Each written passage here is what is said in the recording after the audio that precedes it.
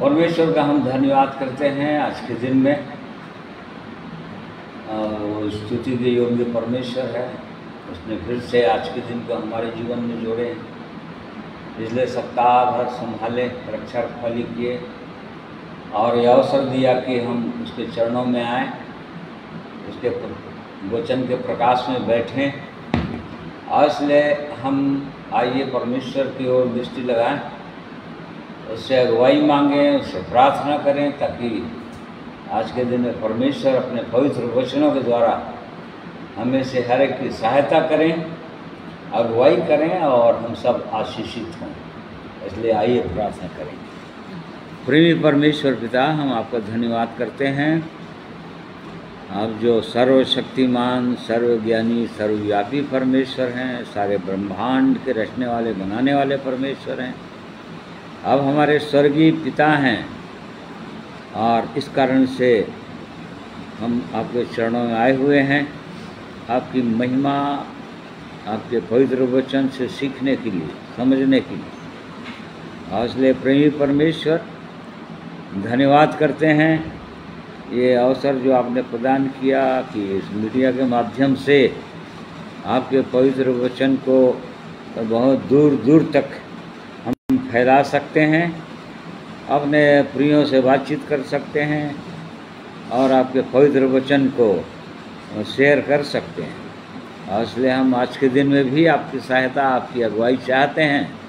हे पवित्र आत्मा परमेश्वर, आपकी उपस्थिति यहाँ पर हो, आप अपने पवित्र वचन को हमें बताएं, पवित्र आत्मा की सामर्थ्य अगुवाई दें, बोलने के लिए सामर्थ्य दें और वैसे ही सुनने के लिए भी प्रभु आपका अनुग्रह चाहते हैं ताकि सुनकर हम उसके अनुसार, आपके वचनों के अनुसार चलने पाएँ। इसलिए इस स्थान के लिए धन्यवाद करते हैं। और आज के दिन में जितने प्रिय लोग यहाँ पर हैं और जितने लोग ऑनलाइन सुनते हैं, हर एक को मैं आपके हाथों में सौंप देता हूँ। हमें से हर एक की सहायता, अगुवाई कीजिए। ये प्रार्थना प्रभु यीशु के नाम में मांगते हैं, सुनिए, ग्रहण कीजिए, आमीन। आइए प्रभु की महिमा में कुछ गीतों को गाएंगे, सुनेंगे।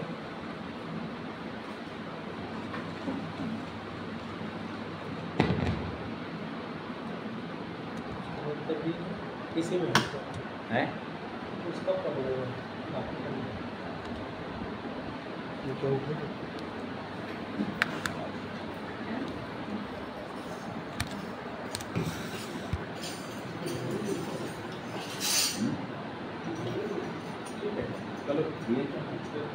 Hello hello hello hello hello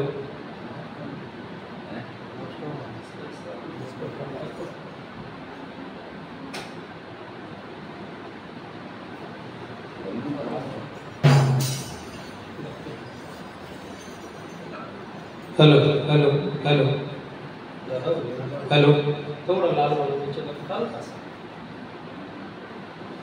hello hello ठीक, हेलो हेलो।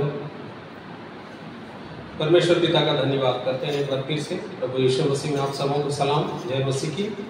आइए प्रभु की महिमा में हम लोग गाएंगे। और जो गाना चाहते हैं मेरे साथ आ सकते हैं सामने।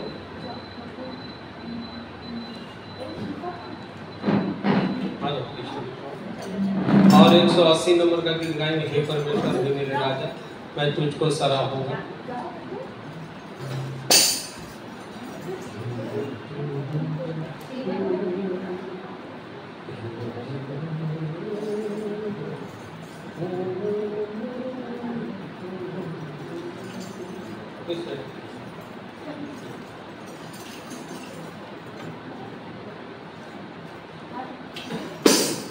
हे परमेश्वर हे मेरे राजा, मैं तुझको सराहूंगा।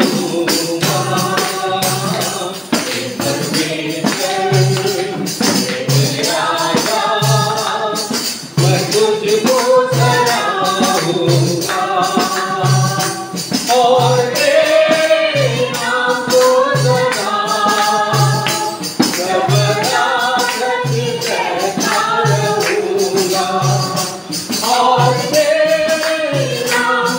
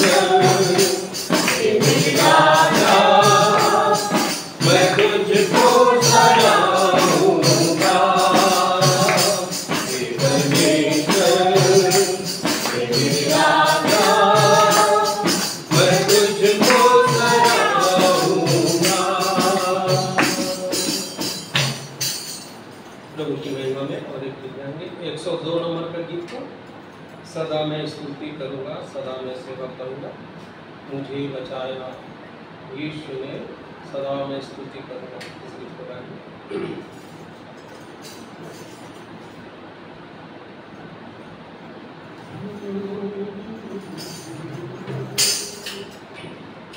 सदा मैं स्तुति करूँगा, सदा मैं सेवा करूँगा, मुझे बचाया यीशु ने, सदा मैं स्तुति करूँगा, सदा मैं स्तुति करूँगा, सदा मैं सेवा करूँगा, मुझे बचाया यीशु ने,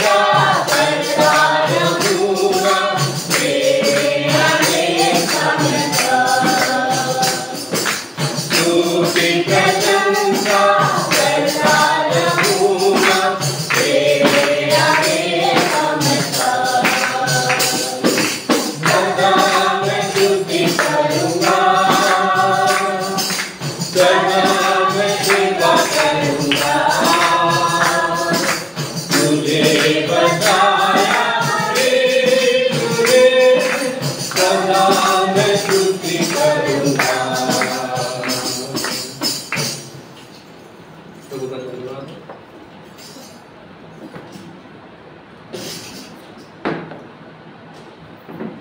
प्रभु की महिमा में उनके गीत सुनेंगे, उसके बाद वचन के भाग में जाएंगे।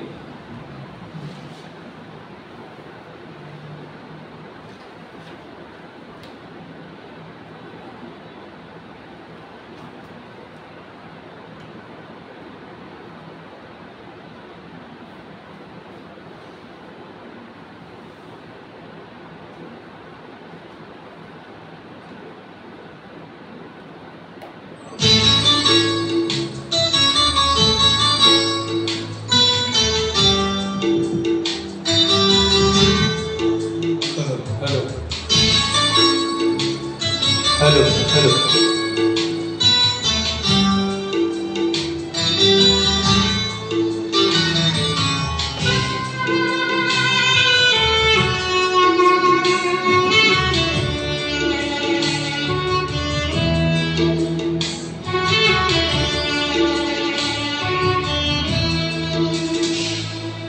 Hallelujah hallelujah hallelujah hallelujah hallelujah hallelujah hallelujah hallelujah मेरे मसीह मेरे खुदा आ मेरे दिल में आ। मेरे मसीह मेरे खुदा आ मेरे दिल में आ। तेरे सिवा कौन है मेरा, तेरे सिवा कौन है मेरा, तू ही है सहारा। मेरे मसीह मेरे खुदा आ मेरे दिल में आ।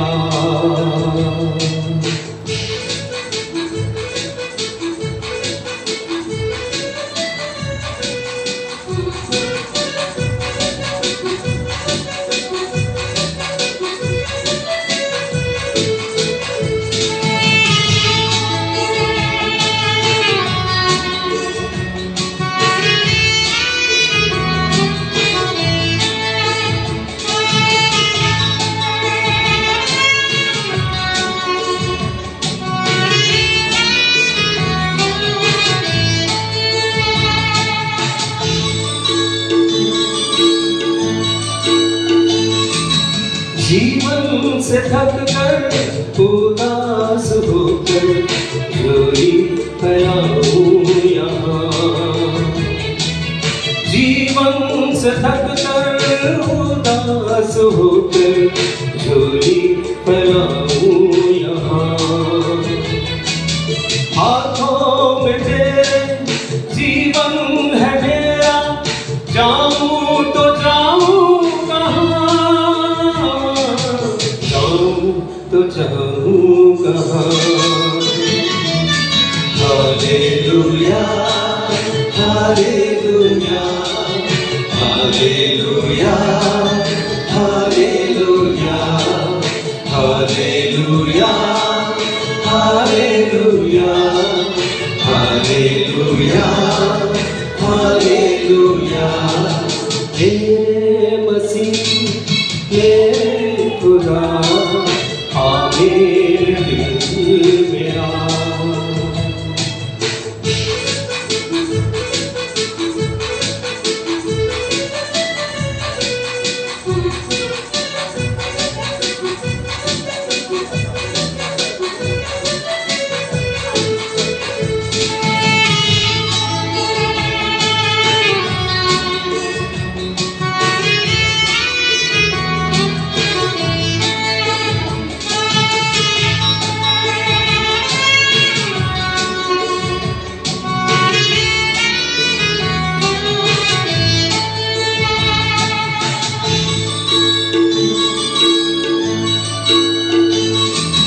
जीवन में मेरे आओगे जब तुम हो तन मन में। जीवन में मेरे लाओगे जब तुम चैन हो तन मन में। आत्मा से भर दो मुझको प्रभु तुम, दिल से पुकारूं तुम्हें, दिल से पुकारूं तुम्हें। Hallelujah hallelujah hallelujah hallelujah hallelujah hallelujah hallelujah hallelujah. हे मसीह मेरे खुदा आ मेरे दिल में आ। मेरे मसीह मेरे खुदा आ मेरे दिल में आ। तेरे सिवा कौन है मेरा, तेरे सिवा कौन है मेरा, तू ही है सहारा। मेरे मसीह मेरे खुदा आ मेरे दिल में आ मेरे दिल में आ मेरे दिल में आ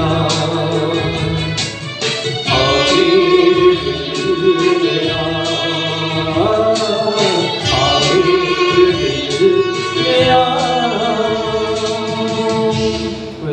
प्रभु की महिमा हो, स्तुति हो, धन्यवाद। आइए वचन तो भाग हो जाएगा।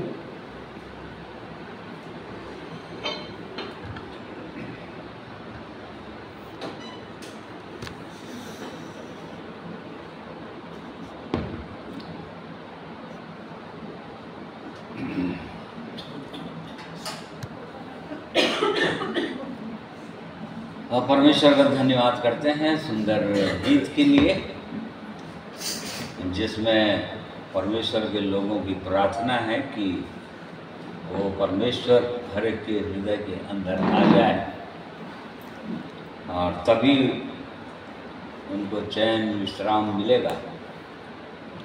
और इसलिए हमको ये जांचने का विषय है, यदि नहीं है हमारे हृदय के अंदर तो प्रार्थना करने की आवश्यकता है, बुलाने की आवश्यकता है उस परमेश्वर को अपने अपने हृदय के अंदर।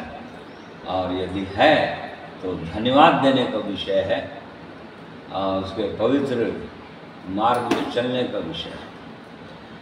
इसलिए धन्यवाद करते हैं। आज के दिन में हम गिनती की पुस्तक उसका 32वां अध्याय बुक ऑफ नंबर्स चैप्टर 32 से देखेंगे कुछ चीज़ों को, उनमें से कुछ बातों को देखेंगे।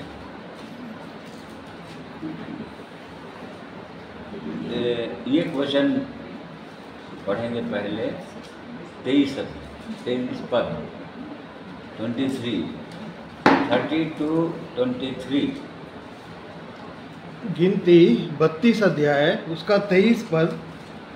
और यदि तुम ऐसा ना करो तो यहोवा के विरुद्ध पापी ठहरोगे और जान रखो कि तुमको तुम्हारा पाप लगेगा। हाँ, यहाँ पर परमेश्वर जो है मूसा के द्वारा इस्राएलियों से बातचीत कर रहे थे।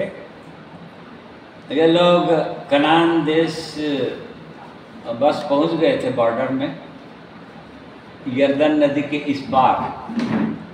और तब इस्राएलियों में से 2.5 गोत्र के लोग, अर्थात रूबेनियों, गादियों और मनश्शे के आधे गोत्र के लोग मूसा के पास आकर ये कहने लगे, उसको पढ़ लीजिए यहाँ तक 6 पद तक। रूबेनियों और गादियों के पास बहुत से जानवर थे। तब उन्होंने योजर और गिलाद देशों को देखकर विचार किया कि यह पशुओं की योग्य देश है। तब मूसा और एलियाजर याजक और मंडली के प्रधानों के पास जाकर कहने लगे, अतारोत, दीबोन, याजेर, निम्रा, एशबोन, एलाले, सबाम, नबो और बोन नगरों का देश जिस पर यहोवा ने इस्राएल की मंडली को विजय दिलवाई है, वह पशुओं के योग्य है और तेरे दासों के पास पशु है। फिर उन्होंने कहा, यदि तेरा अनुग्रह तेरे दासों पर हो तो यह देश तेरे दासों को मिले कि उनकी निज भूमि हो, हमें यरदन पार ना ले चल। मूसा ने गादियों रूबोनियों से कहा, जब तुम्हारे भाई युद्ध करने को जाएंगे तब क्या तुम यहाँ बैठे रहोगे? हाँ, यहाँ पर जैसे ही ये लोग यरदन के नदी के पास पहुँचे थे और तब ये रूबेनियों और गादियों के पास बहुत भेड़ बकरियाँ थी, मतलब इनके पास बहुत ज़्यादा जानवर थे और गोत्र के लोगों की तुलना में। और इसलिए जब इन्होंने देखा कि नहीं आ रहा, नहीं आ रहा,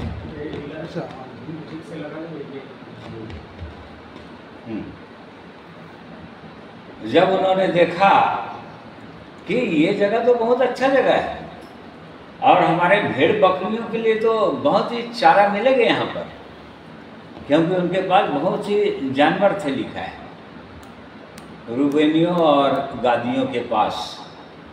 और तब फिर ये लोग मूसा के पास गए, एल्डर लोगों के पास गए और बोले कि हमको ये जगह दे दिया जाए, जैसे 6 पद में हमने पढ़ा कि मूसा ने गादियों और रूबेनियों से कहा, हाँ, तो उन्होंने ये मांगा और ये जगह था जो लिखा हुआ है यहाँ पर, सब जगहों का नाम लिखा हुआ है, ये गिलाद देश कहलाता था। इन कामन जो है वो गिलाद देश था पूरा, और इसको इस्राएलियों ने मूसा की अगुवाई में परास्त किया था वहाँ के राजाओं, जैसे कि वो दो राजा थे। 21 अध्याय, इसी का 21 अध्याय 21, 31 to 34 पढ़ो बोला। इस प्रकार इस्राएल एमोरियों के देश में रहने लगा। तब मूसा ने याजेर नगर का भेद लेने को भेजा और उन्होंने उसके गांवों को ले लिया और वहां के एमोरियों को उस देश से निकाल दिया। तब वे मुड़कर बशान के मार्ग से जाने लगे और बशान के राजा ओग ने उनका सामना किया, अर्थात लड़ने को अपनी सारी सेना समेत एदरई में निकल आया। तब यहोवा ने मूसा से कहा, उससे मत डर, क्योंकि मैं उसको सारी सेना और देश समेत तेरे हाथ में कर देता हूँ, और जैसा तूने एमोरियों के राजा हेशबोन वासी सियोन के साथ किया है, वैसा ही उसके साथ भी करना। हाँ, ये बाशान के राजा ओग और सीहोन के राजा, एमोरियों के राजा सीहोन का ये देश था, इन्होंने परास्त कर दिया। उनके गांव का नाम है यहाँ पर 32 अध्याय में 2 पद में पढ़ा गया कि ये सब जगह जो बहुत सुंदर जगह था, चराई के लिए, भेड़ बकरियों पशुओं के लिए चराई के लिए बहुत उत्तम जगह होगा। और इस कारण से रूबेनियों और गादियों ने पास आकर मूसा से कहा कि हमको ये जगह दे दिया जाए, हमको और हमारे पूरे बाल बच्चों को। हम यरदन पार नहीं जाना चाहते, यरदन पार हम नहीं जाएंगे, क्योंकि कनान देश यरदन पार में, और वहाँ पर शेष 10.5 गोत्र के लोगों को और 8.5 गोत्र के लोगों को वहाँ पर भाग मिलना था। उन्होंने कहा कि नहीं, उन्होंने कहा कि नहीं, हमको यहीं दे दिया जाए हमारा भाग, हम यहीं बसना चाहते हैं, हमारे बाल बच्चे यहीं बसना चाहते हैं और हम आराम करना चाहते हैं। बहुत हो गए युद्ध, और इस प्रकार से इन्होंने मूसा से कहा था। और तब मूसा ने इनको एक तरह से डांट लगाया या इनको झिड़का और कहा 6 पद में, मूसा ने गादियों और रूबेनियों से कहा, जब तुम्हारे भाई युद्ध करने को जाएंगे तब क्या तुम यहाँ बैठे रहोगे? हाँ, तब तुम क्या यहाँ बैठे रहोगे? तुम्हारे भाई लोग युद्ध करने के लिए जाएंगे यरदन नदी के पार, कनान देश में, जहाँ पर बड़े बड़े राक्षस जैसे लोग रहते हैं, वो लोग युद्ध करेंगे, तुम यहाँ पर आराम करोगे। और तब इसी संदर्भ में बोलते बोलते बोलते यहाँ पर 23 पद में उसने कहा, यदि तुम ऐसा ना करोगे, नहीं जाओगे अपने भाइयों के साथ युद्ध करने के लिए, तब तो ये पाप तुम्हारे जीवन में लगेगा और ये पाप तुमको एक दिन पकड़ ही लेगा, तुम्हारा पीछा करेगा और पकड़ लेगा। उनको समझाया, उनको बहुत चिताया और तब फिर ये लोग बाद में माने। तो बिल्कुल वैसे ही 7 पद से पढ़ना। और इस्राएलियों से भी उस पार के देश जाने के विषय जो यहोवा ने उन्हें दिया है, तुम क्यों अस्वीकार करते हो? जब मैंने क्यों यह अस्वीकार करवाते हो? जब मैंने तुम्हारे बाप दादों को कादेश वन से कनान देश देखने के लिए भेजा, तब उन्होंने भी ऐसा ही किया था। अर्थात जब उन्होंने एशकोल नामक घाटी तक पहुंचकर देश को देखा, तब इस्राएलियों से उस देश के विषय जो यहोवा ने उन्हें दिया था अस्वीकार करा दिया। हाँ, अस्वीकार करा दिया। ये इंग्लिश बाइबल भी मेरे पास है, यहाँ पर बहुत सुंदर ट्रांसलेशन रहता है और कई चीज़ इसमें क्लियर नहीं होता है हिंदी बाइबल में, इसलिए 7 और 9 पद को मैं पढ़ता हूँ। Now why will you discourage, मतलब अस्वीकार करा दिया है, यहाँ पर डिस्करेज लिखा है।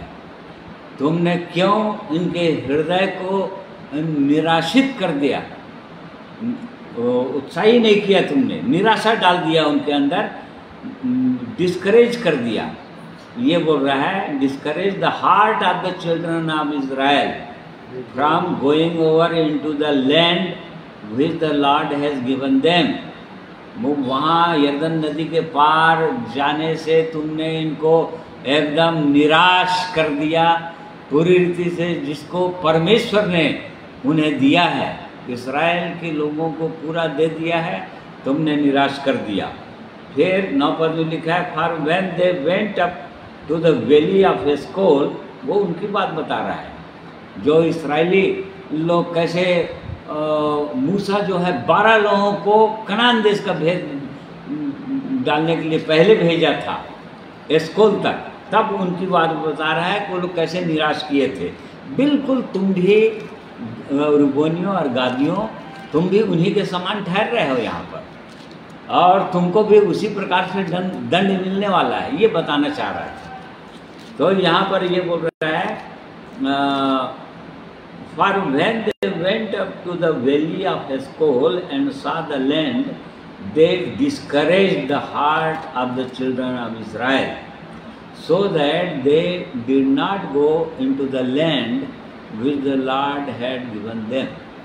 मतलब बिल्कुल उसी तरह से तुम परमेश्वर के लोगों के हृदय के अंदर निराशा उत्पन्न कर दे रहे हो कि वो लोग यरदन पार होकर ना जाएं, युद्ध के लिए हार जाएं, यहीं पर उनका हियाव टूट जाए।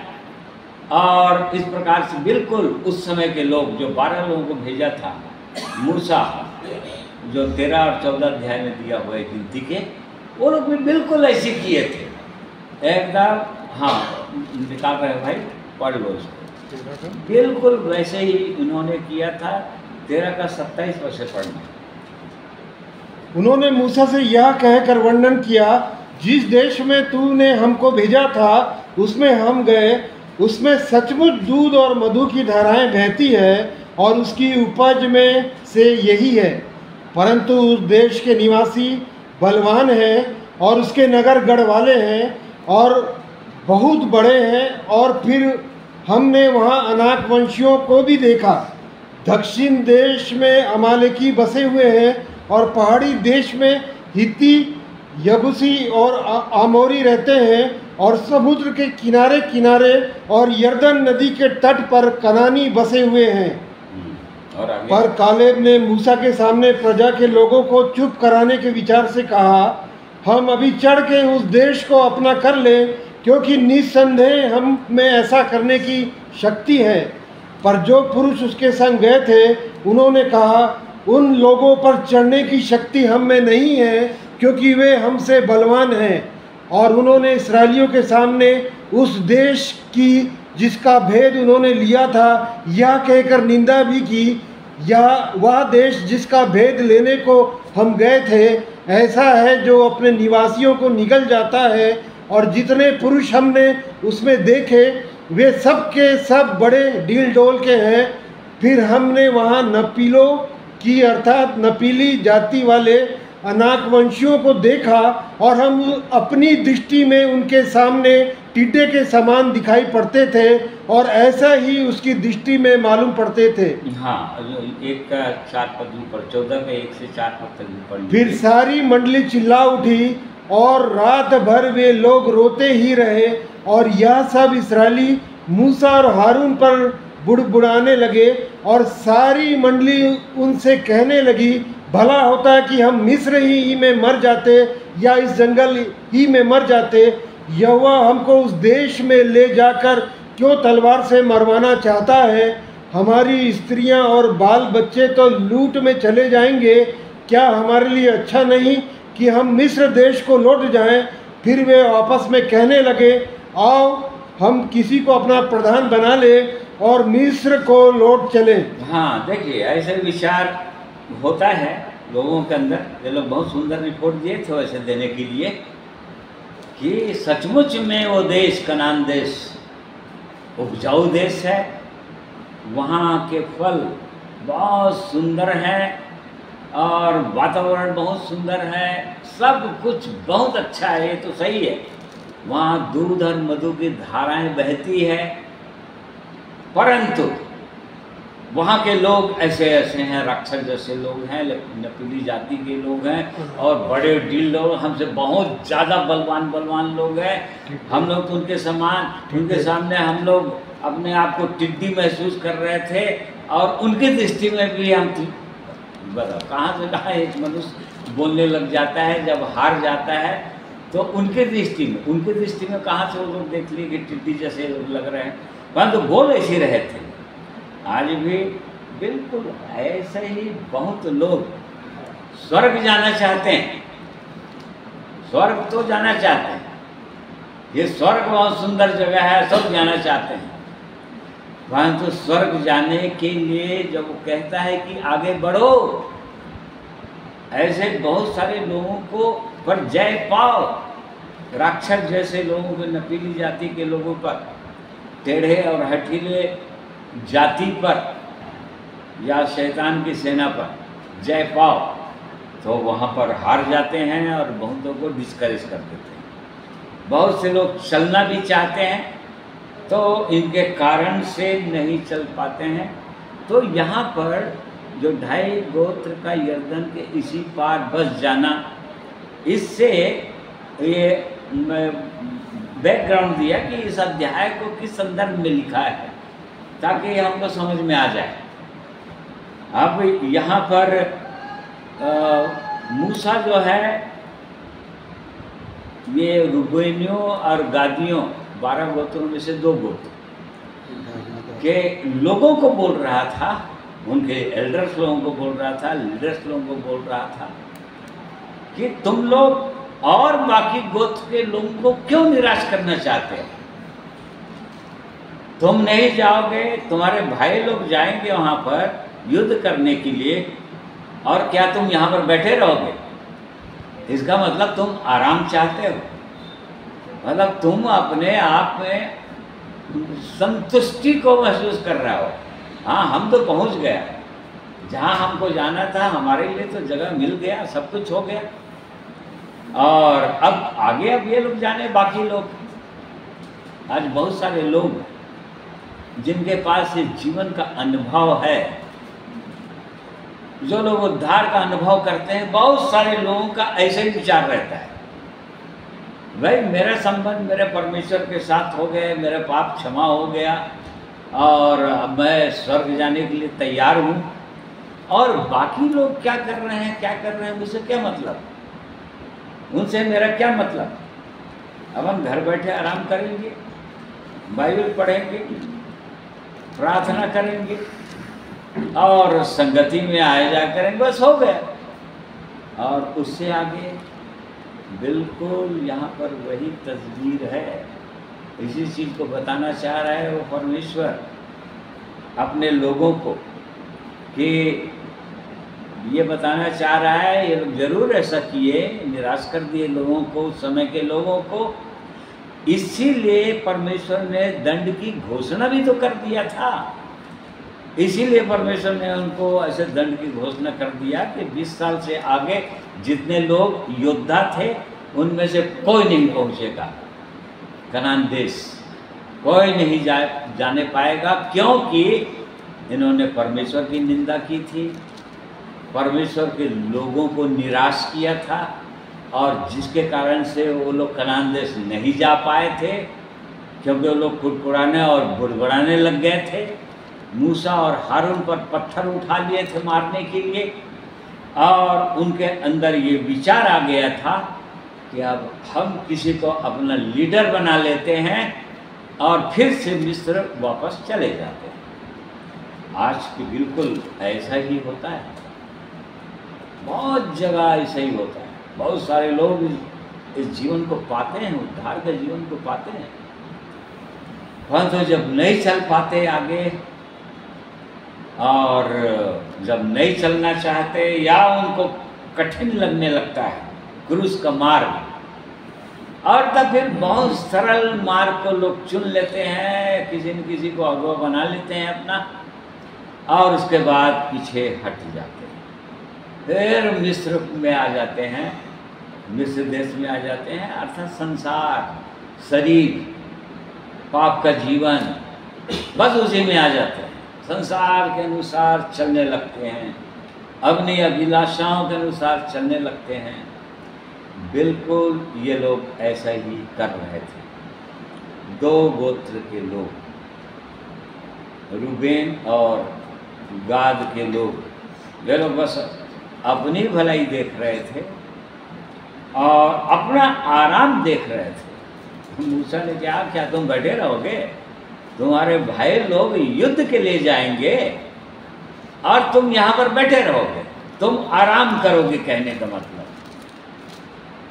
जब तक, और तुम्हारे भाई लोग युद्ध करेंगे अनाक वंशियों के साथ, और तब फिर वो लोग लड़ लड़ के अपना भाग लेंगे, और तब तक तुम आराम करो। यहाँ पर आलस के जीवन को दिखा रहा था। तुम आलसी लोग हो, आगे नहीं बढ़ना चाहते, और तब उसने बता दिया था वो परमेश्वर ने क्या किया था, उनके साथ क्या किया था। 2 जने पहुँचे थे केवल, और बाकी लोग जंगल में ही ढेर हो गए थे। बिल्कुल तुम्हारे साथ भी ऐसा ही होगा, ये भी बता दिया। इसीलिए 23 पद में कहा, यदि तुम ऐसा ना करो, अर्थात तुम उनके साथ यदि नहीं जाओगे युद्ध करने के लिए, कब तक? जब तक उन गोत्रों को 8.5 गोत्रों के लोगों को भी उनका भाग जब तक नहीं मिल जाएगा, तब तक तुमको भी जाना पड़ेगा। जाओगे, उनके साथ लड़ोगे, बड़े बड़े नपीली जाति के लोगों से लड़ाई करोगे, तुमको लड़ना है। और जब तक उनको भाग नहीं मिल जाता, उनके गोत्रों को, तब तक तुम नहीं जाओगे। नहीं तो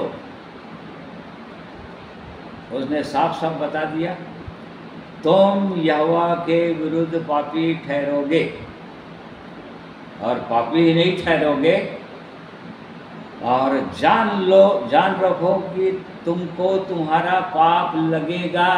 मतलब एक तो पापी ठहरोगे, और फिर तुम्हारा पाप तुम्हारा पीछा करता ही रहेगा जब तक तुम नाश नहीं हो जाओगे।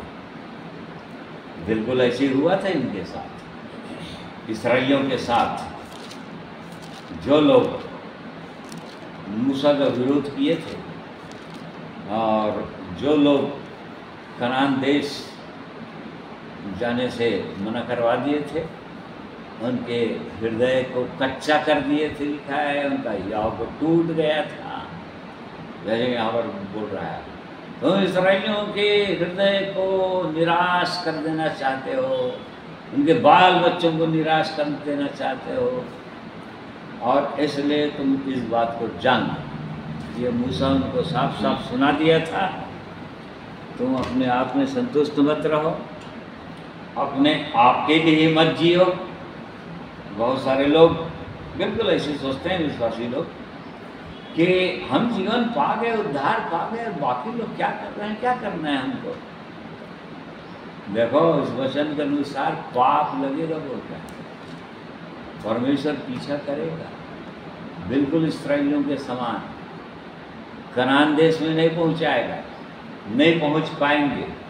अर्थात पूर्ण संपूर्ण भरपूरी का जीवन, पूर्णतः विश्राम का जीवन।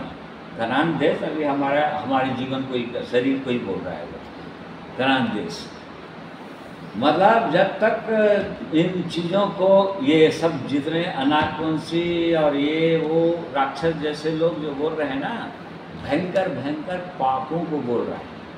मनुष्य के जीवन के अंदर जो पाप है ना, अहंकार, घमंड,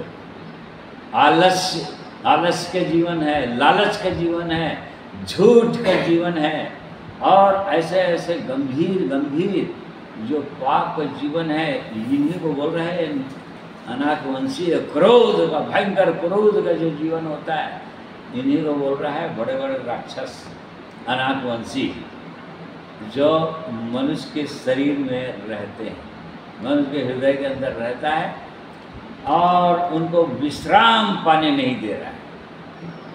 विश्राम नहीं मिल रहा है मनुष्य को, इसीलिए आनंद और शांति नहीं है, भरपूरी का जीवन नहीं है, पवित्र जीवन नहीं है, और इस कारण से खो जा रहे हैं इस जीवन में। संसार खींचने लगता है लोगों को, संसार की अभिलाषाएं खींच जाती हैं, क्योंकि आगे नहीं बढ़ रहे हैं लोग, और इनके कारण बहुत से लोग निराश होते हैं। याद रखना, वचन में लिखा हुआ है ना, है परमेश्वर 69 है क्या, कौन सा था, मेरे कारण। हाँ, और कौन सा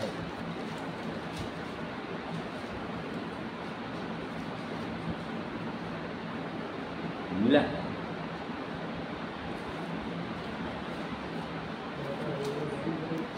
हाँ हाँ, कौन सा पद है? हाँ पढ़ो। हे प्रभु, हे सेनाओं के यहोवा, जो तेरी बाट जोहते हैं उनकी आशा मेरे कारण ना टूटे। हे इस्राएल के परमेश्वर, जो तुझे ढूंढते हैं उनका मुंह मेरे कारण काला ना हो। देखो, ये परमेश्वर के लोग कैसी प्रार्थना करना है। बिल्कुल यहाँ पर रूबेनियों और गादियों के विषय में मूसा यही बोलना चाह रहा था कि तुम्हारे कारण जो लोग उस परमेश्वर पर आशा करके रखे हुए हैं, जो सुंदर जीवन पाना चाहते हैं, जब तुम्हारे जीवन को देखते हैं तो वहीं पर ठोकर खा जाते हैं उन लोग। अरे इसी को जीवन बोलते हैं क्या? तो जीवन की बातें करते हैं लोग, उद्धार की बातें करते हैं ये लोग। इनका जीवन तो ऐसा है, गिरा हुआ जीवन, झगड़े, लड़ाइयाँ, निराशा, चिंताओं, समस्याओं का जीवन इनका तो, और तक उनकी आशा टूट जाती है, उनका हियाव टूट जाता है। अरे इसी को जीवन बोलते हैं, तो ये बड़े बड़े लोगों का जीवन जब ऐसा है तो फिर हमारा क्या होगा? हम तो अभी अभी जीवन पाए। ऐसे बहुत सारे विश्वासी भाई बहन लोग बोलते भी हैं, बहुत सारे लोग बोलते हैं ऐसे। सोच लीजिए, 10 साल 20 साल से जीवन पाए हुए लोगों की जब ये दशा है तो हमारा कैसे होगा, हम कैसे जा पाएंगे? निराश कर देते, उनकी आशा टूट जाती है, निराश हो जाती। बिल्कुल यहीं पर ये मूसा जो है रूबेनियों और गादियों को यही झिड़क रहा था, डांट रहा था। तुम उनके हृदय को निराश करना चाहते हो पूरी रीति से। वो कनान देश जिसकी प्रतिज्ञा परमेश्वर ने इब्राहिम को, इसहाक को और याकूब को दे दिया है पहले से, और बोल रहा है कि बस जाकर उसको ले लो। तुम जाना क्यों नहीं चाह रहा? दुख क्यों नहीं उठाना चाह रहे? यरदन नदी पार क्यों नहीं करना चाह रहे?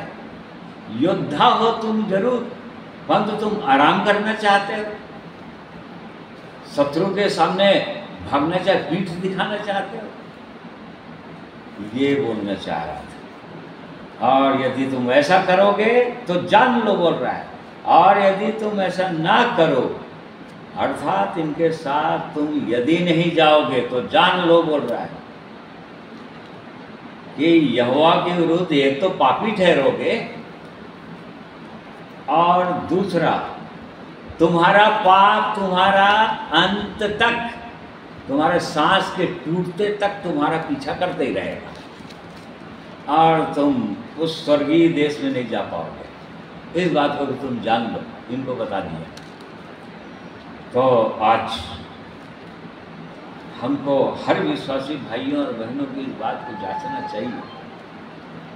इसका मतलब ये है, वो परमेश्वर बताना चाह रहा है कि जब तक परमेश्वर की योजना के अनुसार जो लोग अनंत जीवन के लिए ठहराए गए हैं, परमेश्वर की योजना के अनुसार जो लोग ठहराए गए हैं, हमको पता नहीं, और जो लोग आ चुके हैं, उनके लिए जितने लोग योद्धा लोग हैं या पहले के विश्वासी लोग हैं, उनकी ये पूरी पूरी जिम्मेदारी हो रही थी, जिनको ये समझ में आ गया है कि हाँ नहीं प्रभु, इनके लिए मैं जिम्मेदार हूँ, मुझको जाना ही पड़ेगा, नहीं तो मेरे कारण लोग निराश हो जाएंगे। उनको चिताना पड़ेगा, उनको समझाना पड़ेगा, उनको उनके हियाव को वचन बताकर, वचन के द्वारा, बड़े प्रेम के द्वारा उनका हियाव को मुझको बढ़ाना ही पड़ेगा, ताकि जो जीवन मुझको मिल गया है वो जीवन उनको भी मिल जाए। क्यों? क्योंकि वो लोग इब्राहिम के संतान हैं, उन तक जाना ही पड़ेगा। जैसा कि प्रभु यीशु ने कहा, मुझको सामर्थ्य से होकर जाना अवश्य है। वो बार बार क्यों जाते रहता था, क्यों नगर नगर और गांव गांव जाते रहता था, क्यों जाते रहता था? केवल इसीलिए ना कि ये भी एक इब्राहिम की संतान है, ये भी एक इब्राहिम की पुत्री है, ये भी एक इब्राहिम का पुत्र है, जिसको शैतान ने बांध रखा है इतने इतने सालों से, और उनको छुड़ाने के लिए मुझको जाना अवश्य है। तो इस जिम्मेदारी को यहाँ पर मूसा जो है, दो गोत्र के लोगों को, जो लोग पीछे हट रहे थे या उनका भाग मिल गया, हमारा उद्धार हो गया, हम सब कुछ जान गए, सब कुछ जान गए, परमेश्वर की इच्छा, योजना, पवित्र आत्मा का भी अनुभव हो गया, अब हमको आगे बढ़ने की कोई ज़रूरत नहीं है। या जो लोग भटके हुए लोग हैं, या जो अभी भी निराश हैं, जो दुखी हैं, उन तक हमको जाने की ज़रूरत नहीं है। ऐसे सोचने वालों के लिए ये वचन है आज का परमेश्वर का। नहीं, तुम भी चैन नहीं पाओगे, बोल रहा है, तुम परमेश्वर की दृष्टि में पापी ठहर जाओगे। क्यों? इसलिए कि परमेश्वर तुमको चुप रहने की, घर बैठने के लिए, आराम करने के लिए, जीवन को पाकर ये जीवन नहीं दिया है। वो बोल रहा है कि जाओ, बोल रहा है, तुम भी जाओ, तुम भी जाओ, सबको जाना पड़ेगा, युद्ध करना पड़ेगा। और छोटे छोटे लोग उस जीवन में आते जा रहे हैं, या बहुत सारे लोग, शैतान उनको दबा दबा कर रख रहा है, रोक रोक कर रख रहा है, उनको इस जीवन को पानी नहीं देना चाह रहा है। और बहुत से लोग थोड़ा पा भी गए हैं तो बार बार उनको गिरा देना चाह रहा है। उनको कौन समझाएगा, उनको कौन चिताएगा, उनको बल कौन देगा, उनके हियाव को कौन बढ़ाएगा? इस बात को यहाँ पर बताना चाह रहा है परमेश्वर इस अध्याय के द्वारा। और नहीं तो तुम पापी ठहरोगे, बोल दिया, और तुम्हारा पाप तुम में बना ही रहेगा अंत तक। इसलिए सब कुछ बता दिया पहले के लोगों का, उनके गिरावट का, और ये सब हमारे लिए दृष्टांत है। पौलुस ने लिखा, ये जिनकी जो गिरावट है, कहाँ कहाँ पर क्यों गिरे ये लोग, क्यों इनका बाकी लोगों का हियाव टूटा, हमारे लिए दृष्टांत है। और बिल्कुल जिस प्रकार से वो लोग ढेर हो गए, यहाँ पर पहले से चिता रहा है, मूसा फिर से चिता रहा है। यहाँ पर उस समय तो 12 लोगों को चिताया था, उनमें से 10 लोगों को चिताया था जिन्होंने हियाव को तोड़ा था। बाकी सारे इस्राएलियों के हियाव को तोड़ दिया था और लोग कनान देश नहीं पहुंच पाए थे। परंतु इन वचनों के द्वारा परमेश्वर आज भी ये डबल उनको चिता रहा है। यहाँ पर जैसे कनान के पास पहुंचे, अब वो परमेश्वर ने दे दिया है, तुम्हारा भाग हो गया, तुमको विलंब नहीं करना है, अब आगे बढ़ना ही है, पीछे हटना ही नहीं है। यहोशू 18 अध्याय उसका 4था वचन।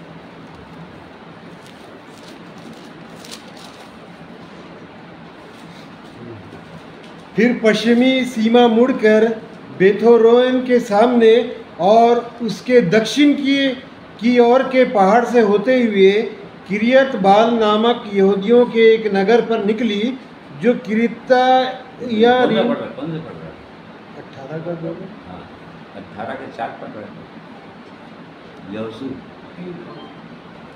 तब यहोशू ने इस्राएलियों से कहा, जो देश तुम्हारे पूर्वजों के परमेश्वर यहोवा ने तुम्हें दिया है, उसे अपने अधिकार में कर लेने में तुम कब तक ढिलाई करते रहोगे? यहाँ पर चमका रहा था परमेश्वर इस्राएलियों को, मूसा, तुम कब तक ढिलाई करोगे? यहाँ पर यहोशू बोल रहा था, बिल्कुल जैसा मूसा बोल रहा था इस्राएलियों को, यहाँ पर यहोशू बोल रहा था। यहोशू योद्धा है, लीडर था, वो लीडर है यहाँ पर, उसको बोल रहा है परमेश्वर ने तुमको दे दिया है, उसको अपने कब्जे में लेने के लिए तुम ढिलाई क्यों कर रहे हो, आलस्य क्यों कर रहे हो, क्यों घर में बैठे हुए हो? परमेश्वर ने दे दिया, जाकर लो। प्रभु यीशु ने कहा, देखो आंखें उठाकर देखो, 12 चेलों को उसने कहा, तुम कहते हो अभी कटनी का समय नहीं आया, आंखें उठाकर देखो, फसल कटने के लिए एकदम तैयार है, बस काटने वालों की जरूरत है, मजदूरों की आवश्यकता है। तुम प्रार्थना करो कि परमेश्वर मजदूर भेजे। इसका मतलब तुम अपने लिए प्रार्थना करो, तुम लोग कि हाँ प्रभु कटनी फसल तैयार है, अभी 4 महीने नहीं है, तैयार है, कौन काटेगा?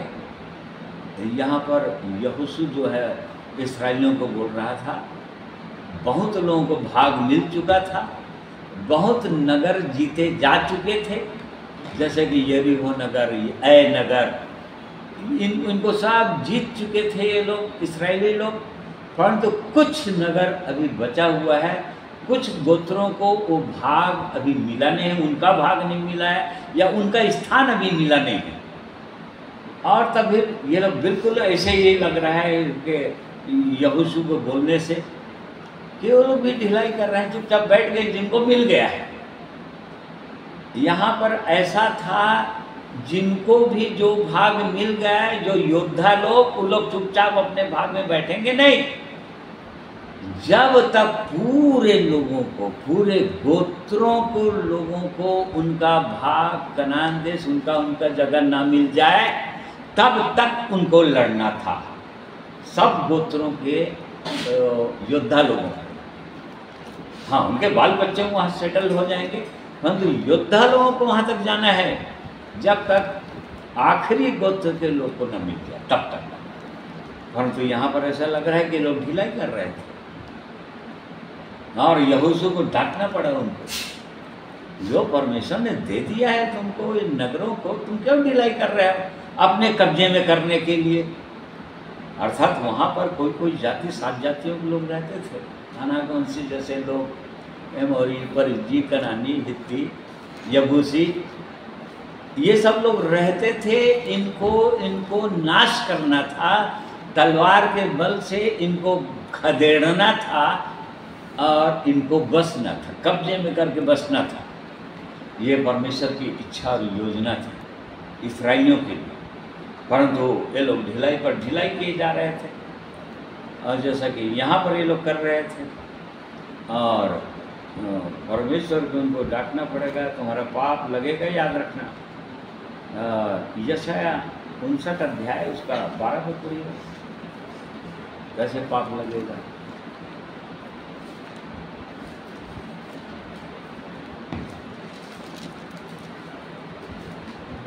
हम्म 59:12।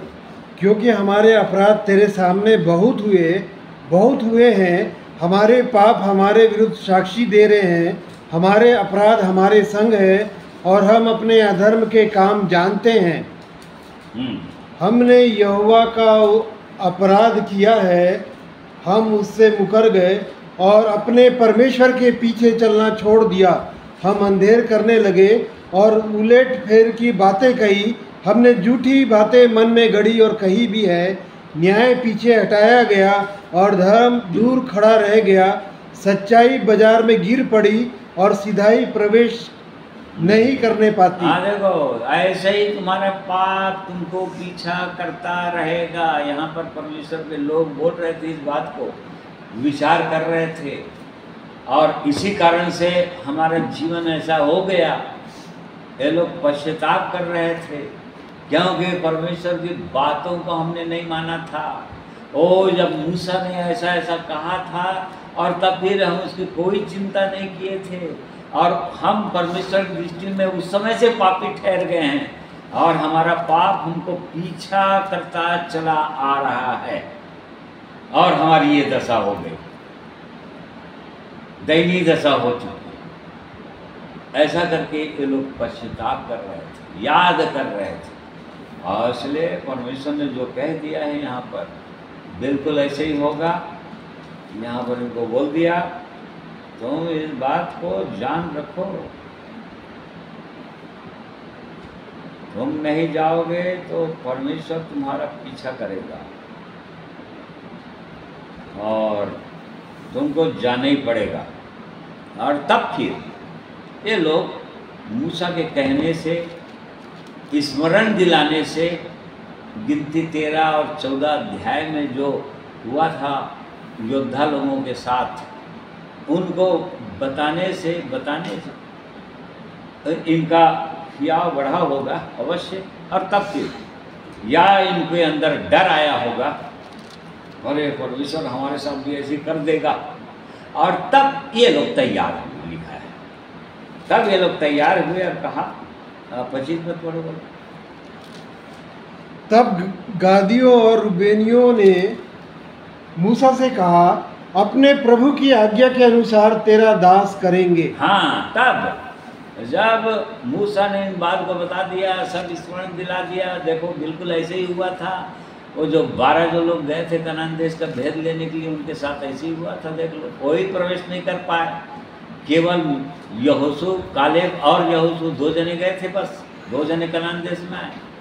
बाकी लोग 20 साल और 20 साल से अधिक योद्धा लोग, बाकी इस्राएली लोग गए थे। बाकी सब इस्राएली लोग प्रवेश कर लिए थे कनान देश में। उनके बाल बच्चे, वो लोग, हमारे बाल बच्चे नाश हो जाएंगे, ऐसा हो जाएंगे करके डर रहे थे। हमारे बाल बच्चे कैसे हो जाएंगे, हम लोग जाएंगे वहाँ पर तो हमारे बाल बच्चों को मार डालेंगे। नहीं, परंतु उनके बाल बच्चों के विषय में लिखा है कि वो लोग तो पहुँच जाएंगे, तुम नहीं पहुँच पाओगे। 1 अध्याय व्यवस्था विवरण 1 अध्याय में।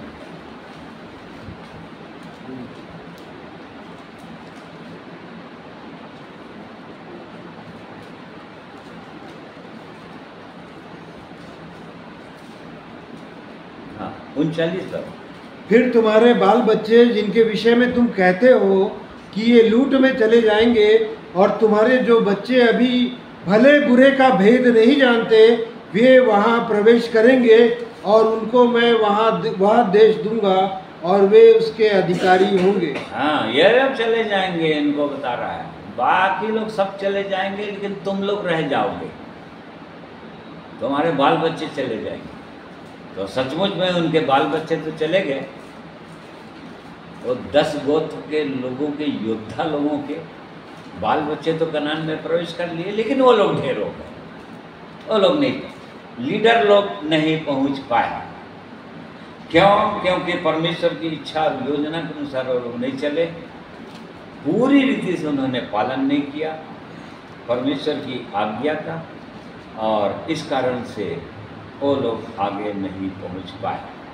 तो आज इस वचन के द्वारा परमेश्वर हमको भी चिताना और समझाना चाह रहे हैं कि हम इस जीवन को पाकर, कोई भी विश्वासी इस जीवन को पाकर चुपचाप नहीं बैठ सकता, बताना ही पड़ेगा। जैसे कि यहेजकेल 3 अध्याय उसका 16 पद से पढ़िए वाला।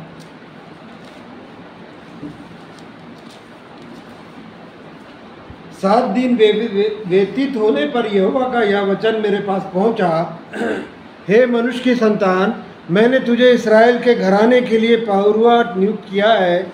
तू मेरे मुंह की बात सुनकर उन्हें मेरी ओर से चिताना। जब मैं दुष्ट से कहूँ तू निश्चय मरेगा, और यदि तू उसको ना चिताए और ना दुष्ट से ऐसी बात कहे जिससे कि वह सचेत हो और अपना दुष्ट मार्ग छोड़कर जीवित रहे, तो वह दुष्ट अपने अधर्म में फंसा हुआ मरेगा, परंतु उसके खून का लेखा मैं तुझी से लूंगा। देखो क्या बोल रहा था परमेश्वर यहेजकेल नबी के द्वारा, जब मैं दुष्ट से कहूं कि तू निश्चय मरेगा। आज जो परमेश्वर दुष्ट से कह रहा है, पाप में डूबे हुए लोगों को आज परमेश्वर कह रहा है कि तू निश्चय मरेगा, अनंत आग में जाने वाला है। और यदि परमेश्वर के लोग हैं वहाँ पर, और परमेश्वर जिनको जिम्मेदार ठहराया है, और यदि वो नहीं बोलेगा, दुष्ट से नहीं कहेगा, चिताएगा नहीं, उसको समझाएगा नहीं, मेरे मुंह सुनकर उन्हें मेरी ओर से चिताना, उनको बता देना, दुष्ट से कहूँ तो निश्चय मरेगा, तू उसको चिताए और दुष्ट ऐसी बात कहे जिससे वह सचेत हो जाए और अपना दुष्ट मार्ग छोड़कर जीवित रहे। बहुत से लोग जीवित रहेंगे, बहुत से लोग अपने दुष्ट मार्ग को छोड़ दे रहे हैं और परमेश्वर के मार्ग में आ जा रहे हैं। किसी के चिताने से, परमेश्वर के लोगों के चिताने से, उनको वचन बताने से, समझाने से, और यदि नहीं मार्ग से फिर रहे दुष्ट लोग, तो वह दुष्ट अपने अधर्म में फंसा हुआ मरेगा, परंतु तू उसके खून का लेखा में तुझे लूंगा बोल रहा है। यदि दुष्ट नहीं चिताया और मर गया तो, परंतु यदि चिता दिया तो अपने या धर्म में खुद ही फंसा हुआ मरेगा। दुष्ट से ही नहीं कह रहा है, आगे क्या कह रहा है, खतरनाक बात। फिर जब धर्मी जन अपने धर्म से फिर कर कुटिल काम करने लगे और मैं उसके सामने ठोकर रखूं, तो वह मर जाएगा, क्योंकि तूने जो उसको नहीं चिताया, इसलिए वह अपने पाप में फंसा हुआ मरेगा, और जो धर्म के काम उसने किए हो उनकी सुधि ना ली जाएगी, पर उसके खून का लेखा मैं तुझी से लूंगा। हाँ, देख लीजिए, यहाँ पर खतरा है। धर्मी लोग भी बोल रहा है, सब कलीसिया के अंदर बोल रहा है, जिनको धर्मी ठहराया है परमेश्वर, यदि वो लोग भी पवित्र मार्ग को छोड़कर दुष्ट मार्ग में या दूसरे मार्ग में चले जा रहे हैं, और यदि कोई परमेश्वर के जन जो इस मार्ग में चल रहे हैं उनको नहीं चिताए, जिनको समझ में आ रहा है कि लोग गलत मार्ग में जा रहे हैं, परमेश्वर की इच्छा के अनुसार नहीं चल रहे हैं, यदि नहीं चिताए तो भी धर्मियों को फंदा है बोल रहा है, क्योंकि तुमने नहीं चिताया और इस कारण से बाकी जितने साल धर्म के काम किए उसको कोई गिनती नहीं, वो उसका कोई मतलब नहीं बोल दिया, वो भी मरना है उसको दुष्ट कार्यों में फंस। परंतु यदि चिता दिया तो उनके खून का लेखा तुझसे नहीं लूँगा, और नहीं चिताया तो तुझसे ले लूँगा। तो देखिए, कोई भी विश्वासी, इसका मतलब इन वचनों के अनुसार अपने आप को जांचेंगे तो कोई भी विश्वासी उद्धार पाया हुआ व्यक्ति, पापों की क्षमा और छुटकारा पाया हुआ व्यक्ति, कोई भी व्यक्ति चुपचाप बैठ नहीं सकता। बैठेगा तो परमेश्वर की दृष्टि में पापी ठहरेगा, और परमेश्वर उससे उनके अधर्म का लेखा ले लेगा। तो इस प्रकार से इन वचनों के द्वारा परमेश्वर यही चिताना चाह रहा है, बताना चाह रहा है कि वो हमको आगे बढ़ाना चाह रहा है। परमेश्वर अपने लोगों को समझाना चाह रहा है कि आगे बढ़ो, लोगों के हियाव मत टूटे, ऐसा जीवन जियो।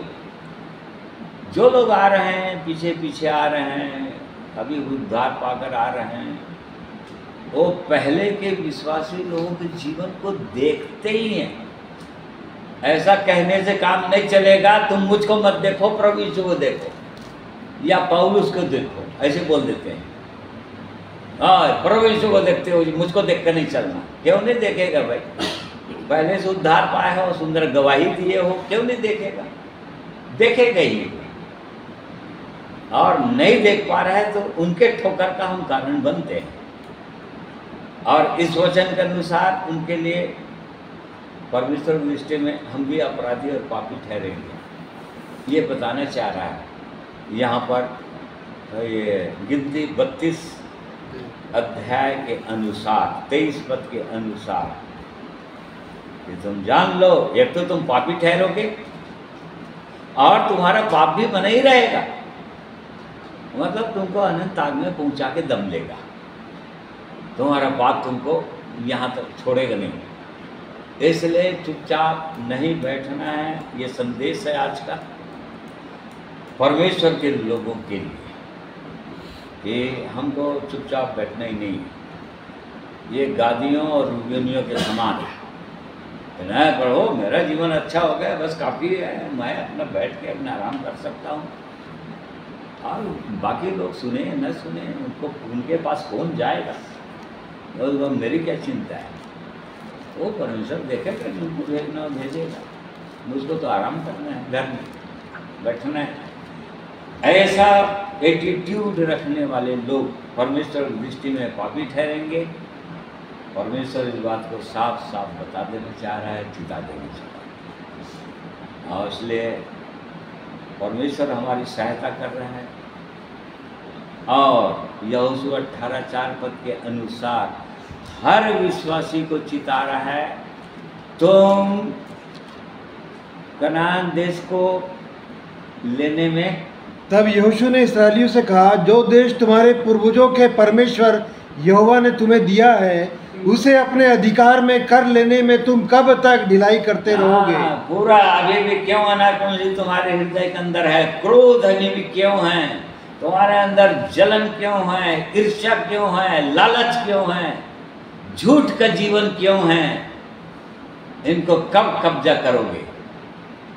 कब कब्जा करोगे? ये तो देश मैंने दे दिया है, उसने तो बता दिया है कि उनका गर्दन तेरे पांव के नीचे रहना चाहिए, तेरे पांव से उनको मैं शीघ्र शैतान को कुचलवा दूंगा। ये तो बड़ी बड़ी प्रतिज्ञा कर दिया है परमेश्वर, अपना वचन दे दिया है, अपना लहू दे दिया है प्रभु यीशु, पवित्र आत्मा दे दिया है, ऐसी सुंदर संगति दे दिया है। और क्या बच गया है बोलेगा, और क्या देने के लिए बच गया है? फिर क्यों कब्जा नहीं हो रहा है? अभी भी क्यों निराश रहते हो? अभी भी क्यों अशांति होता है तुम्हारे जीवन में? अभी भी क्यों चिंता में डूबे रहते हो? ये सब अनाकवंशी लोग हैं, यही लोग अनाकवंशी लोग हैं। कनान देश मतलब स्वर्ग को नहीं बोल रहा है, कनान देश मतलब अभी पृथ्वी में रहते हुए एकदम भरपूर जीवन, आनंद और शांति से भर के जीवन, इसको बोल रहा है कनान देश। यहां पर वो पहुंचाना चाह रहा है, लेकिन तुम ढिलाई कर रहे हो। कब तक विलंब करोगे बोल रहा है, कब तक उन पर जय नहीं पाओगे? इन बातों पर कब तक गिरे रहोगे? कब तक वो प्रबल रहेंगे? जैसे कि राजा दाऊद प्रार्थना कर रहे हैं, परमेश्वर कब तक मेरा शत्रु मुझ पर 14-13 पड़ा, हाँ पड़ा रहेगा। पढ़ो। हे परमेश्वर, कब तक? क्या सदैव तू सदैव मुझे भूला रहेगा? तू कब तक अपना मुखड़ा मुझसे छुपाए रहेगा? मैं कब तक अपने मन ही मन में युक्तियाँ करता रहूं और दिन भर अपने हृदय में दुखी रहा करूं? कब तक मेरा शत्रु मुझ पर प्रबल रहेगा। हाँ, ये बोल रहा है, प्रार्थना कर रहा है। क्या ऐसी प्रार्थना करते हैं? जो लोग ऐसी प्रार्थना करते हैं इसका मतलब होता है कि लोग जय पाना चाह रहे हैं। और ऐसी प्रार्थना नहीं कर रहे हैं, यदि दुखी नहीं हो रहे हैं, मतलब अपने जीवन से संतुष्ट है, बिल्कुल ऐसे जीवन जीना चाहते हैं, जिस दशा में है वैसी जीवन जीना चाहते हैं। यहाँ राजा दाऊद परमेश्वर के लोग ऐसी प्रार्थना करते हैं, हे परमेश्वर, कब तक मेरा शत्रु मुझ पर प्रबल रहेगा, कब तक क्रोध मेरे जीवन में राज्य करेगा, कब तक निराशा मेरे जीवन में राज्य करेगा, कब तक अहंकार घमंड मेरे जीवन में राज्य करेगा। ऐसा बहुत परेशान होते हैं। तो अपना मुखड़ा मुझसे कब तक छिपाए रखेगा। ऐसी प्रार्थना करते हैं। ऐसी प्रार्थना करने की आवश्यकता है। तो और तब तो जय मिलेगा, तब फिर जयवंत हो जाएंगे। और परमेश्वर हमको जय दिलाना ही चाहता है, उसने प्रतिज्ञा कर दिया है पहले से ही। ओ तुम्हारा है, ले लो, जाकर ले लो, और मैं तुम्हारे साथ साथ, जाकर ले लो, मैं तुम्हारे संग संग, तुम विश्वास से जय पा लोगे। विश्वास से जय पाएंगे, जाना चाहेंगे तब जय पाएंगे। एक जलन होगा परमेश्वर के लिए, तब जय पाएंगे। राजा दाऊद के समान, वो बालक दाऊद के समान, यदि जलन होगा तब। वो फलिस्ती कौन होता है जो परमेश्वर की सेना को ललकारता है? देखो, परमेश्वर के लिए जलन इसको बोलते हैं। वो फलिस्ती कौन है जो परमेश्वर की सेना को ललकार रहा है? उसका ये हिम्मत, उसको जलन था परमेश्वर के लिए, परमेश्वर के लोगों के लिए, परमेश्वर की प्रतिज्ञाओं के लिए। और तब वो निकल आया, मैं जाऊंगा, बोला उसने। राजा शाऊल के पास चला गया, मैं जाऊंगा। उसने कहा, तू तो लड़का है, ये बालक है, वो तो बचपन से योद्धा है, तो कुछ सीखा ही नहीं है। और तब फिर अपना एक्सपीरियंस बताया, ऐसा मत बोलो, भेड़ बकरियों को चराता हूँ, और जंगल में शेर भालू, और इनको तो, इनके मुंह से मैं अपने मेमनों को छुड़ा चुका हूँ, इनके मुंह को फाड़ चुका हूँ। और वो फलिस्ती कौन है? और उसके सिर को उसके गर्दन से ऐसे काट के अलग कर दूंगा, जबकि उसके पास कुछ भी नहीं है, कोई हथियार नहीं है, केवल गोफन है और चिकने पत्थर हैं कुछ, परंतु विश्वास है परमेश्वर साथ, परमेश्वर के लिए जलन है उसको। अरे ये फलिस्ती परमेश्वर के लोगों को सता रहा है, ये शैतान, ये दुष्ट आत्माएं परमेश्वर के लोगों को सता रहा है, उनको निराश कर दे रहा है, और उनकी आनंद और उनकी शांति को छीन ले रहा है। ये कौन है? ये शैतान। तो फलिस्ती, ऐसा जलन, परमेश्वर का जलन बोलते हैं इसको, ठीक है? ऐसा जलन रखिए, और तब फिर आगे बढ़ेंगे आप। और नहीं तो रुबेनियों और गादियों के समान चुपचाप घर में बैठे रहेंगे, आराम करते रहेंगे। तो इसलिए परमेश्वर हम में से हर एक की सहायता करें इन वचनों के द्वारा, कि नहीं हम भी यहोशू और कालेब के समान हों, और जिनके अंदर हियाव था आगे बढ़ने का, और परमेश्वर के लोगों के समान, दाऊद के समान, जो परमेश्वर की ओर देखता था, परमेश्वर की प्रतिज्ञाओं को वो जानता था, वो और सुंदर जीवन पाना चाहता था, आगे बढ़ना चाहता था, इस्राएलियों को जय दिलाना चाहता था। आज ले परमेश्वर इन वचनों के द्वारा हम में से हर एक की सहायता करें। परमेश्वर इन वचनों के द्वारा हम सबों को आशीषित करें, हमारे अंदर भी परमेश्वर का जलन उत्पन्न करें, और वो उत्साह उत्पन्न करें कि हम चुपचाप न बैठने पाएं घर में। ये सुंदर जीवन को पाकर, अनमोल जीवन को पाकर, ये तो अनमोल जीवन है। हाँ, इसलिए परमेश्वर से प्रार्थना करेंगे, मुझको भेजिए प्रभु, कहाँ जाना है मुझको, किनके पास जाना है, मुझको भेजिए, मैं जाऊंगा। और तब परमेश्वर जो है वो भेजता है एक व्यक्ति को, हियाव देता है उन्हें, जलन देता है उन्हें, ताकि उनके लिए प्रार्थना करें, परमेश्वर के लोगों के लिए प्रार्थना करें, सेवा के लिए प्रार्थना करें और प्रार्थना में प्रभु यीशु के दुखों में, क्रूस के दुखों में सहभागी हों, और तब फिर वो लोग जीवन पाएंगे। इसलिए परमेश्वर हमेशा हर एक की सहायता अगुवाई करे। आइए एक गीत और सुनेंगे प्रभु की महिमा।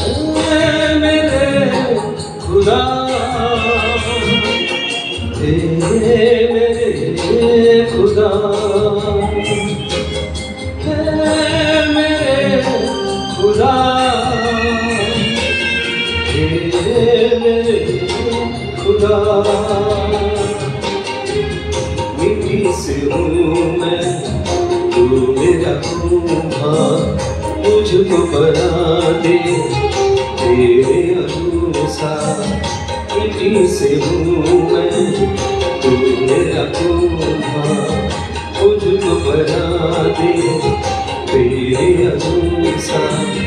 चाहे सजा दे मुझको,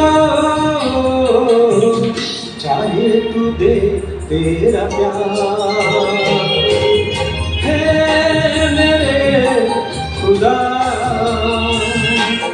हे मेरे खुदा, हे मेरे खुदा, हे मेरे खुदा।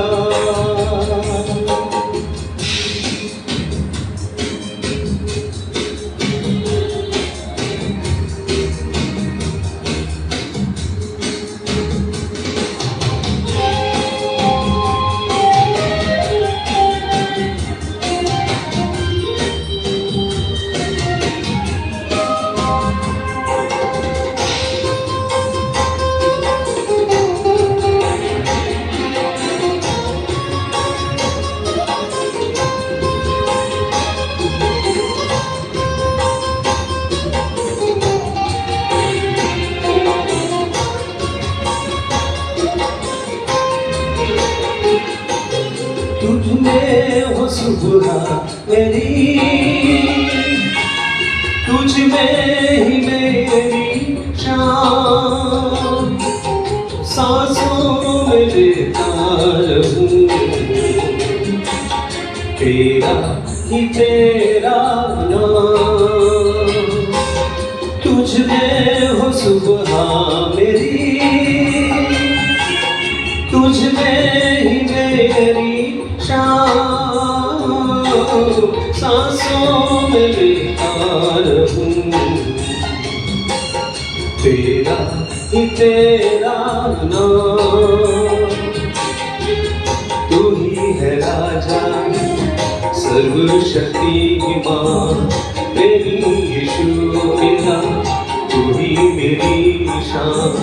तू ही है राजा सर्वशक्तिमान, प्रेमी यीशु मेरा, तू ही मेरी शान। खुदा कृपा कर मुझ पर, प्रभु तू कर चमत्कार। हे मेरे खुदा, हे मेरे खुदा, हे मेरे खुदा,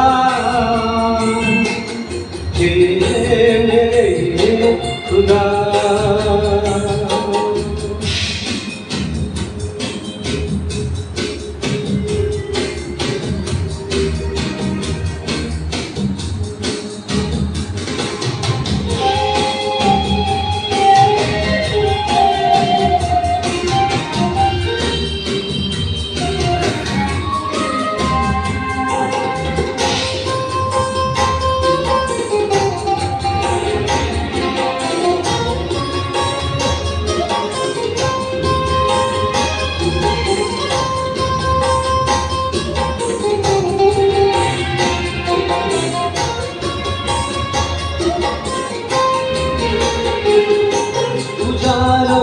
से है भरा सृष्टि जो ये तेरा, अंधेरा मिटा देना, ज्योति तू दे तेरा। उजालों से है भरा सृष्टि जो ये तेरा, अंधेरा मिटा देना, ज्योति तू दे तेरा। पापों के सागर में डूबा हुआ था, अंधेरे जगत में खोया हुआ था। पापों के सागर में डूबा हुआ था, अंधेरे जगत में खोया हुआ था। यीशु दया कर मुझ पर, प्रभु तू कर चमत्कार। हे मेरे खुदा, हे मेरे खुदा, हे मेरे खुदा, हे मेरे खुदा, हे मेरे खुदा, हे मेरे खुदा, हे मेरे खुदा, हे मेरे खुदा।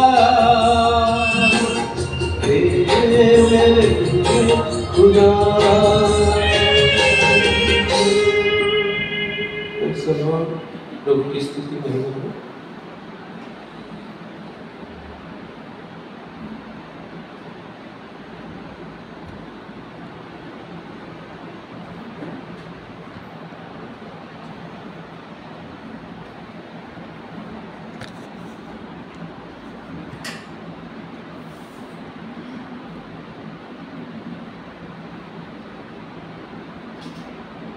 आइए प्रार्थना करें।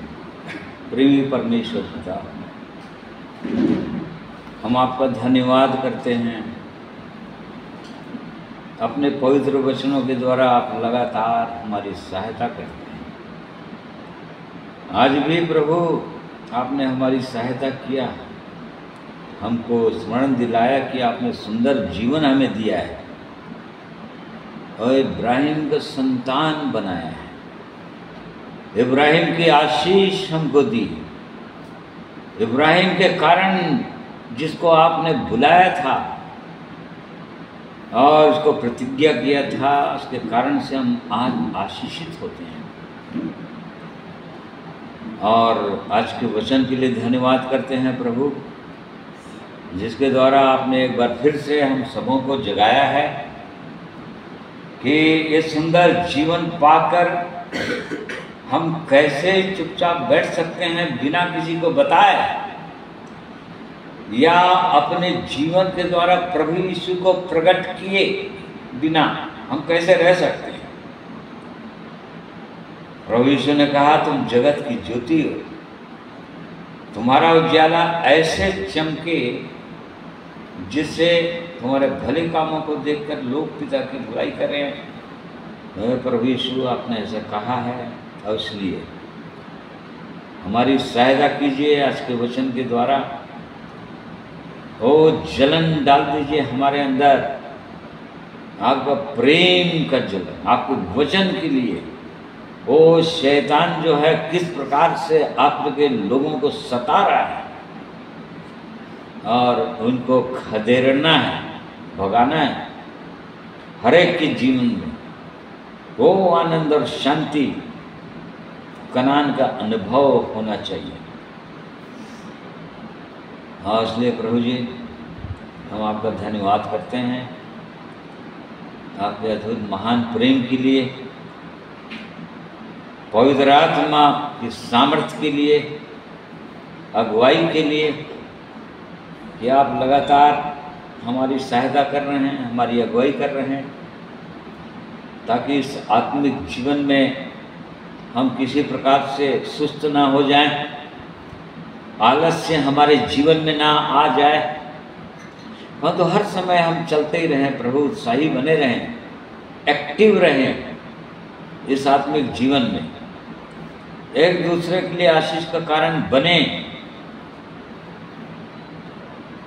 ताकि आगे चलकर किसी भी प्रकार से हमको हानि ना हो।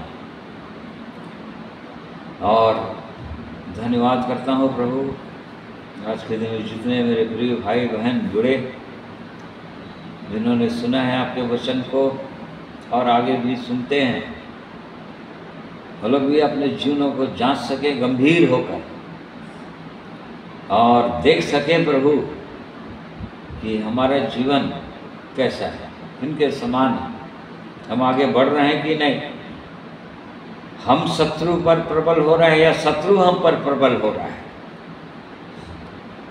हम इस बात को देखें, जांचें अपने जीवन। हमें से हर एक की सहायता अगुवाई कीजिए। बोलने में आपने मेरी सहायता की, सुंदर गीतों को गाने में आपने सहायता किया, आपका धन्यवाद करते हैं। प्रार्थना प्रभु यीशु के नाम में मांगते हैं, सुनिए, ग्रहण कीजिए, आमीन। प्रिय भाइयों बहनों, आप सबों को मैं धन्यवाद करता हूँ। आज के दिन में आपने परमेश्वर के पवित्र वचन को ध्यान करके सुना है, और मैं विश्वास करता हूँ कि परमेश्वर हम में से हर एक से बातें किया है कि हम इस जीवन को पाकर चुप नहीं रह सकते, आनंदित आशीषित हों। चुप कोई करा नहीं सकता। प्रभु यीशु के चेलों को फरीसियों और शास्त्रियों ने कहा, इनको बोलो कि चुप रहें। तब प्रभु यीशु ने कहा, यदि ये चुप रहेंगे तो पत्थर चिल्ला उठेंगे। मतलब इस जीवन को पाकर कोई व्यक्ति शांत नहीं रह सकता, चुप नहीं रह सकता, प्रभु की महिमा किए बगैर रह नहीं सकता, लोगों को बताए बिना रह नहीं सकता। और इसलिए परमेश्वर हमें से हर एक की सहायता अगुवाई करे। मैं आप सबों का धन्यवाद करता हूँ और सबों को जय मसीह।